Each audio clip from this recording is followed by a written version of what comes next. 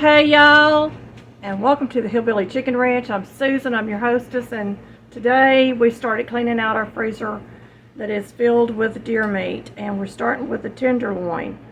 Was it good or bad? Well, you decide, but I'm going to share this video with you because I really and honestly thought about trashing the whole thing. I was very disappointed to see good deer meat that I couldn't use.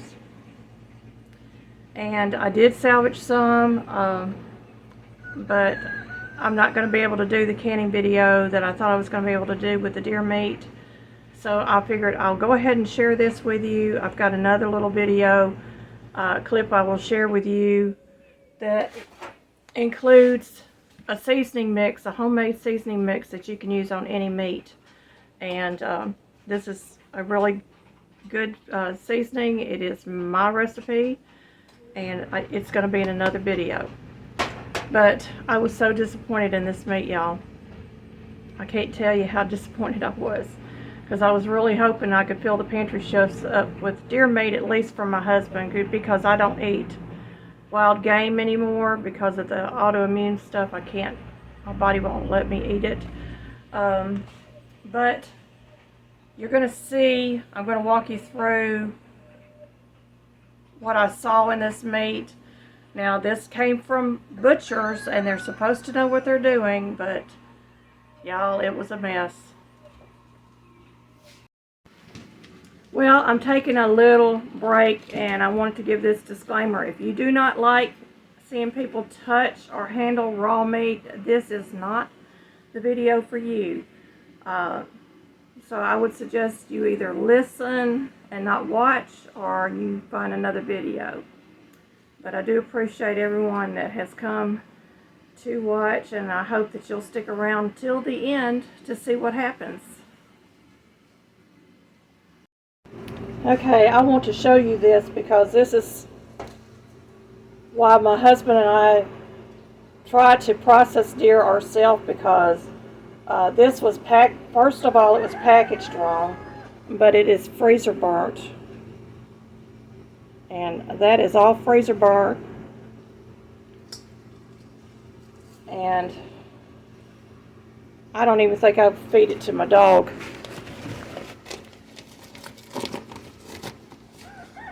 Look at this. That's freezer burn, y'all. I got some good meat out of this, but there's a lot of it that is not. This is freezer burn. All of this is freezer burn. It's not good to eat.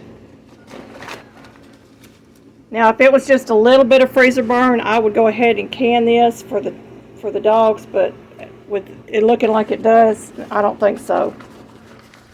Look, I didn't even pull it out of the package. As soon as I opened it up, it was just completely freezer burnt because they packaged it wrong.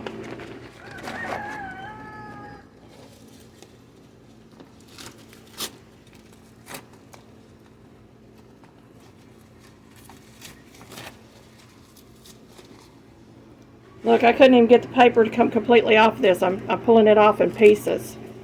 This is freezer burn. It is not healthy.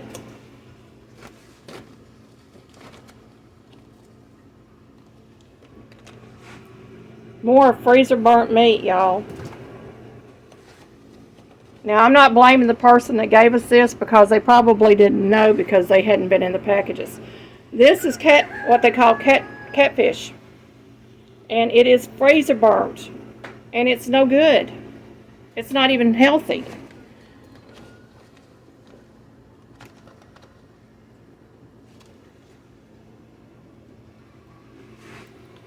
It's got freezer burn on it, y'all. It looks good on one side, but the other side is freezer burned. Look at that. Freezer burn. Freezer burn, and they left a lot of stuff in that meat.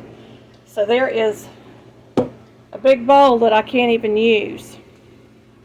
Let me get this cleaned up, and I'll show you what I'm going to use.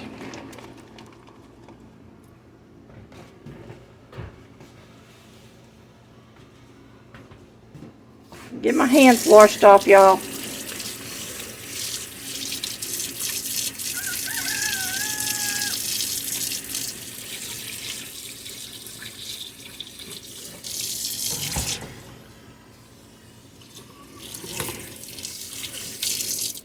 want to get all the gunk off my hands.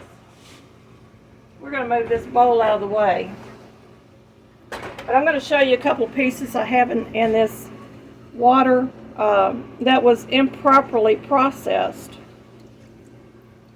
You should never get a piece of meat that still has that membrane on there like this. Never. That should have all been trimmed. Every bit of it. So I'm going to be doing a lot of trimming, y'all, today. I learned from someone up in upstate New York how to prepare a deer. And I would never, if I was a deer processor, I'd be embarrassed to even sell this or to give it to the customer like that. This is some more that I can't use. And it's got gristle running through it that they could have trimmed. Look at that.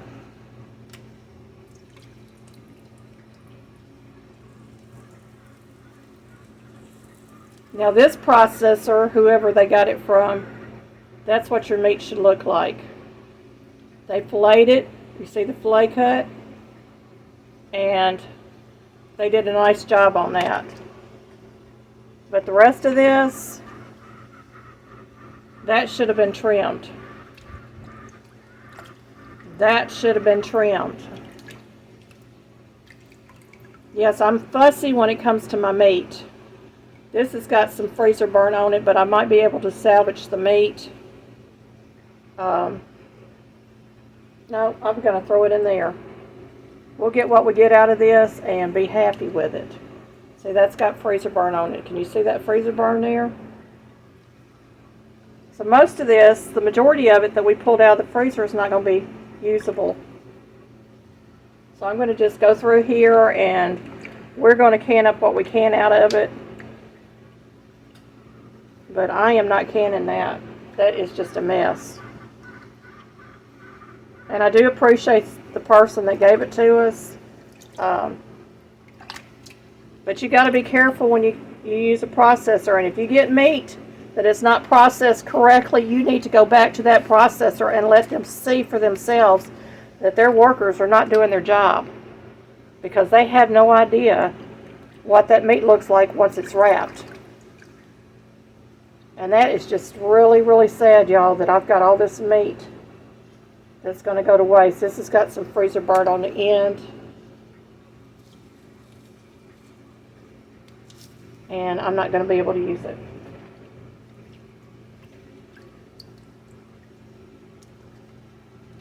So I'm really, really, really, really disappointed in that.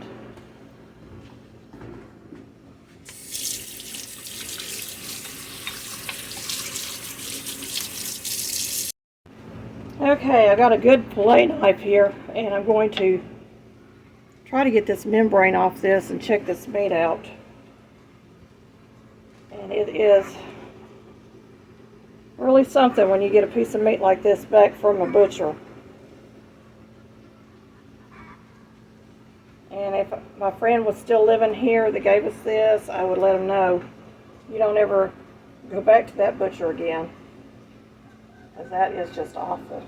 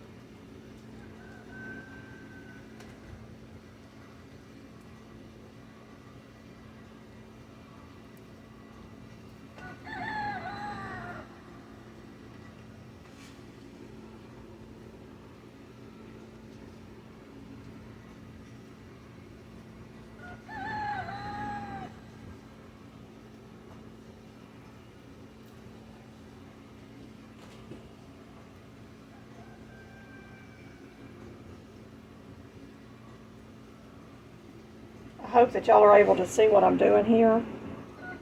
I'm going to cap this meat because it had some freezer burn at the end of it.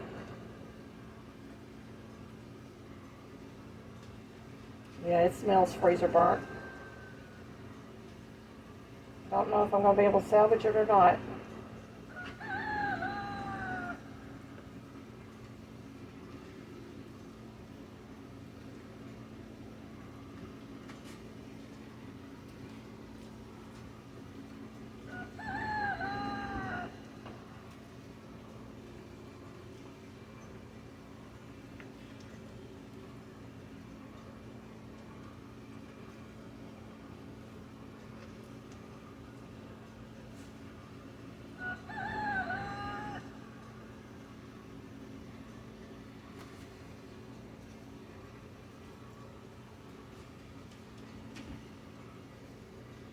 I'm just taking off a really thin layer here to try to get past that freezer burn on this piece.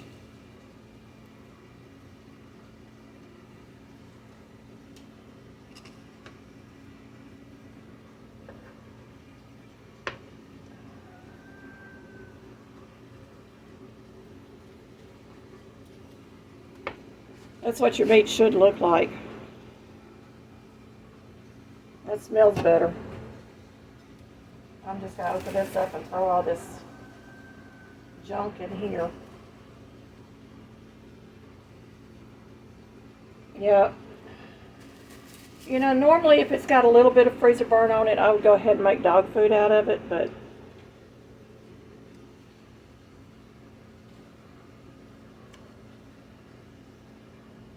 yeah, this was no good.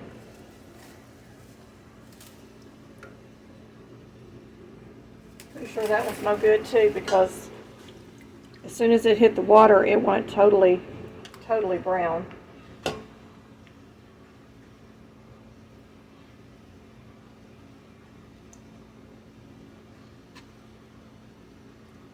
Now you can tell they filleted it, but why didn't they take this membrane off?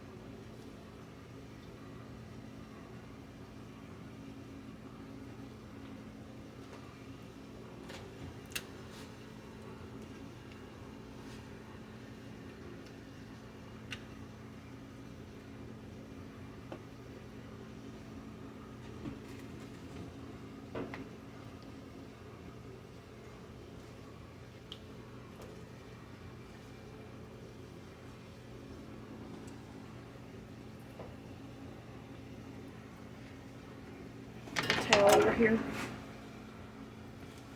Got blood going everywhere.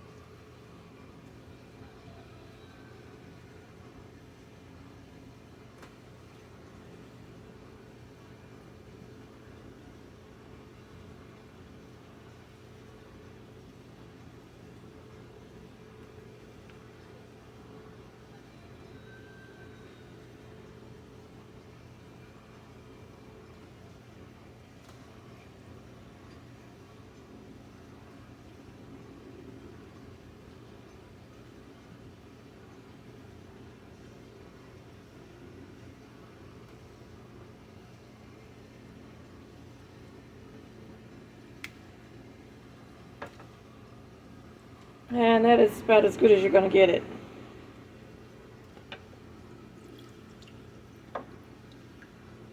That one's no good.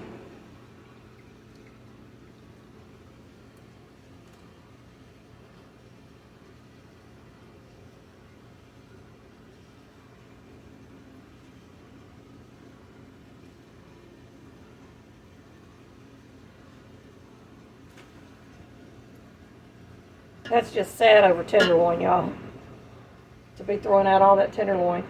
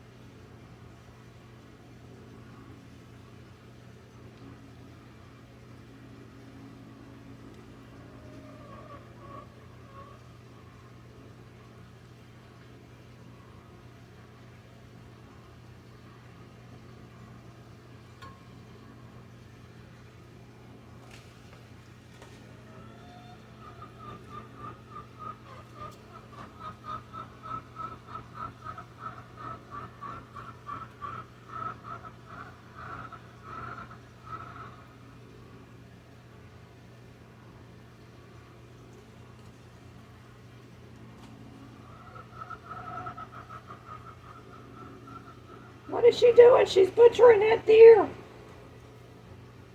She's butchering that meat. It looks awful. I'm getting all that membrane off that causes the meat to taste wild. All those tendons, and it'll make it tough too.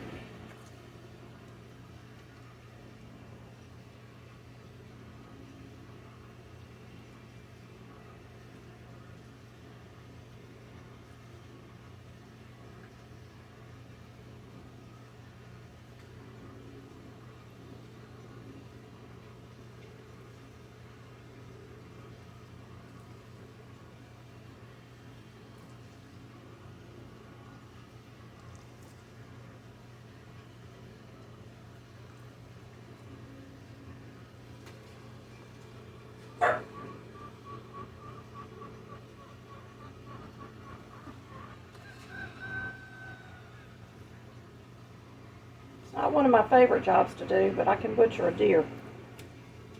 Okay, I'm going to go ahead and got this piece on here. I'm just going to go ahead and slice this.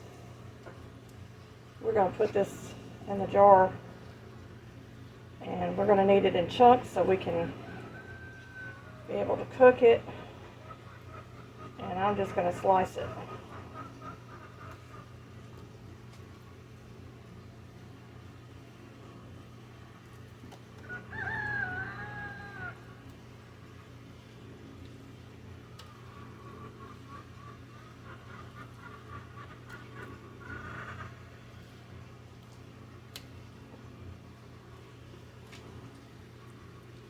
Kind of like a stew meat. There's a piece I missed.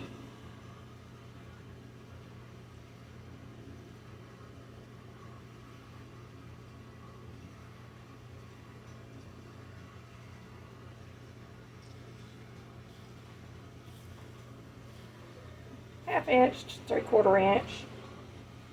You can cut it up to an inch.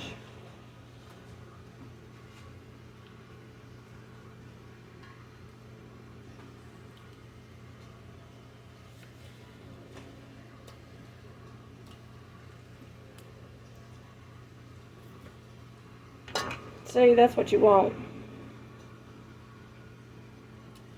You don't want all that gray stuff on your meat.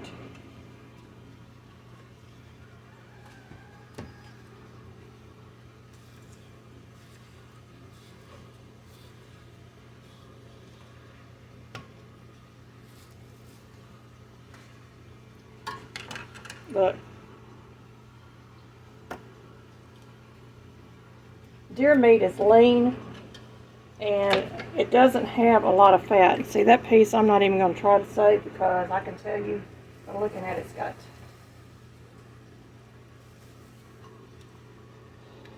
freezer burn, freezer burn, freezer burn, freezer burn. We might get a couple of jars out of all this.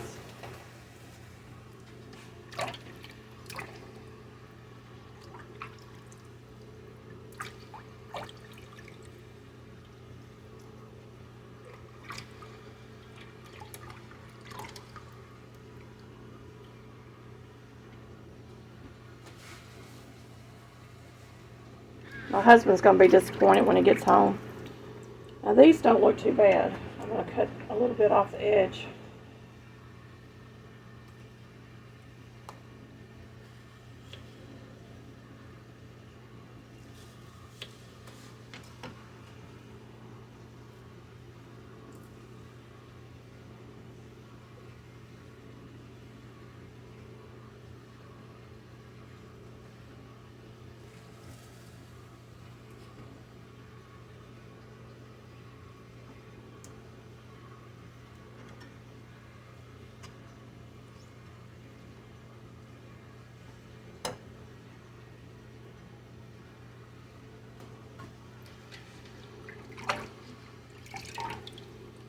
And freezer burn.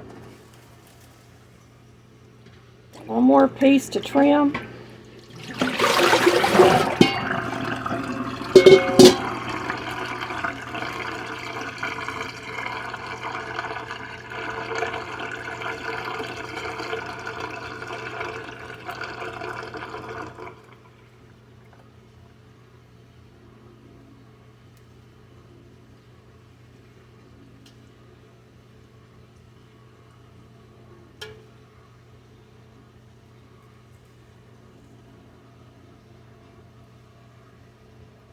Might get 3 or 4 jars out of it.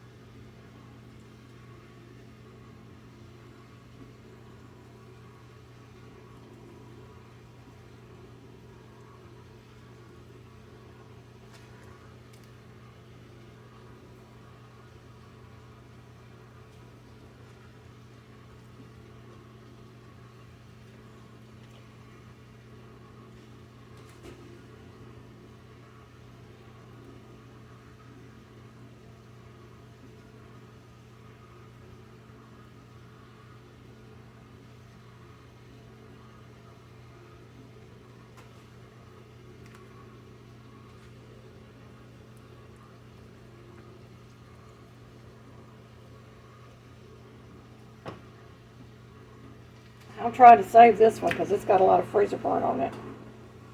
I can get down to good meat.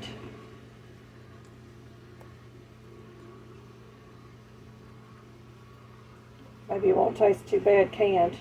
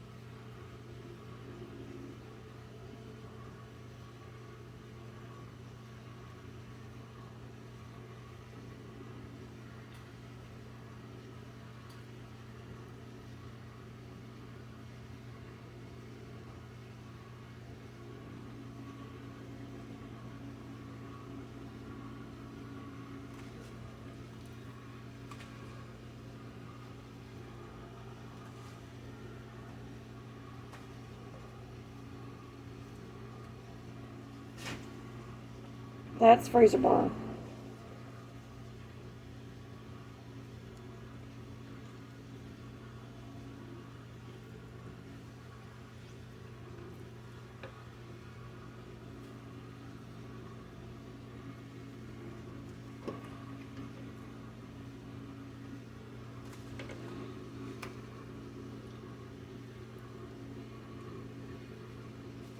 And I really hate getting my pressure canner out to just can a couple of jars, but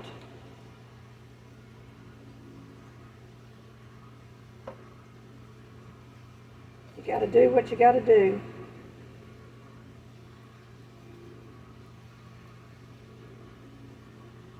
And if this does smell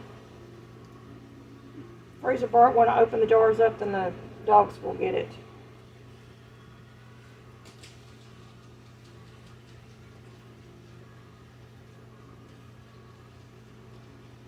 But hopefully it won't.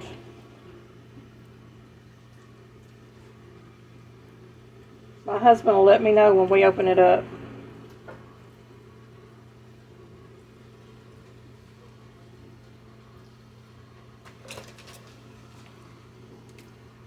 And that's all I got out of that. Little disappointing.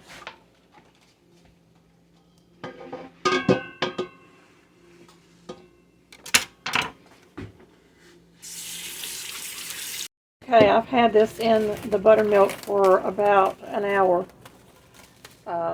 Normally I would not let it soak that long, but I wanted to get as much of that frostbite and wild taste out of this meat as I can. I'm going to rinse this really good. We're going to get it jarred up. I have decided not to put any seasoning in it because if it does not taste good when it comes out of the jar, it's going to be dog food, and we don't want to give them anything that they don't need. So we'll be right back. So we're going to get this done very quickly, and all I'm doing is I'm loading the jars with raw meat.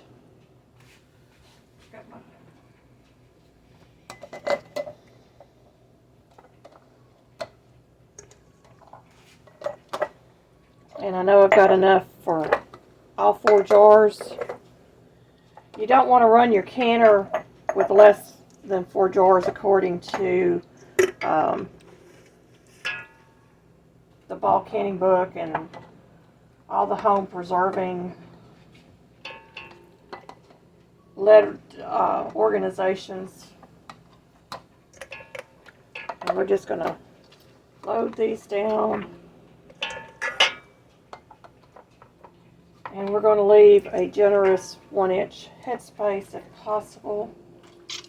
And I may have to get another jar. Let's see if I can get it all in here.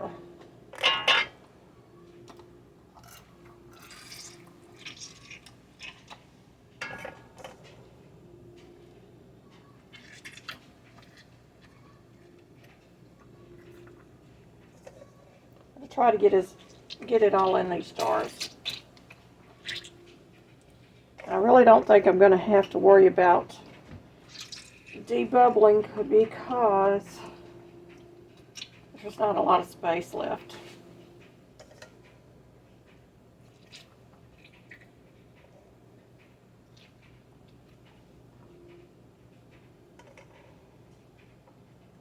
And we're going to push that down in there as much as possible. I am going to debubble a little bit. I'll try to push that meat into the jar.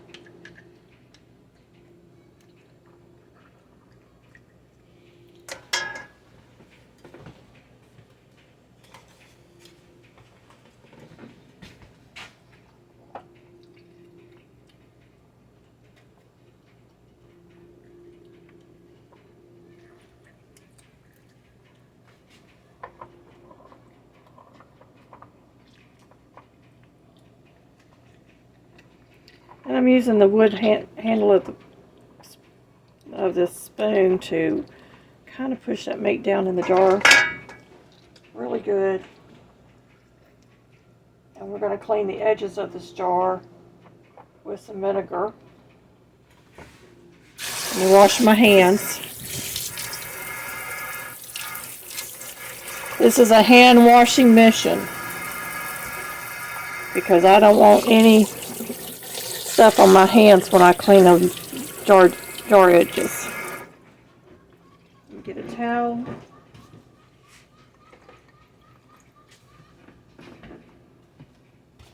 I dirtied up my other towel, so I had to get a clean towel. Okay, we're going to clean the edges of the jars with some vinegar. And we want to wipe these really good because we don't want any of that meat fat on the jars to keep our lids from sealing.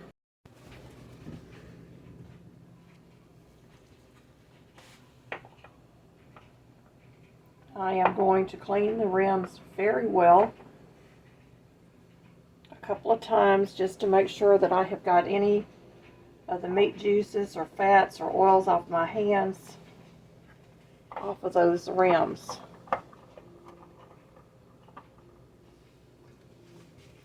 Do it again.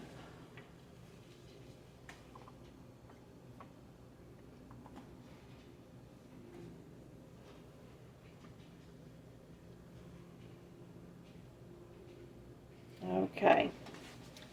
Take my lids. I've got my lids in warm water.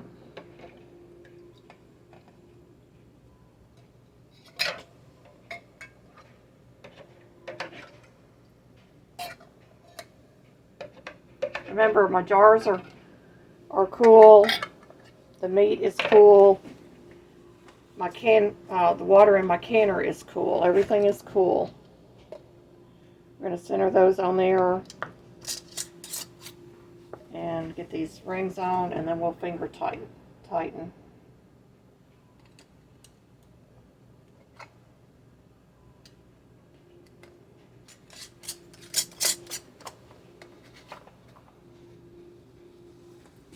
Two more rings.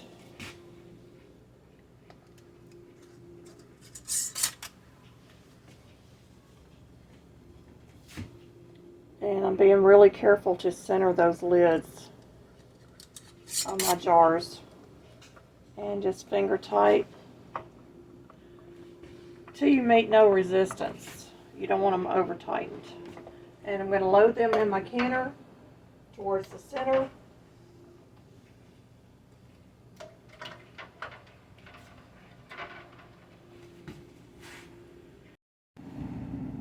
And there they are in my canner, and we're going to get my lid attached and we're going to start this process. Okay, I've got my vent set to steam, and I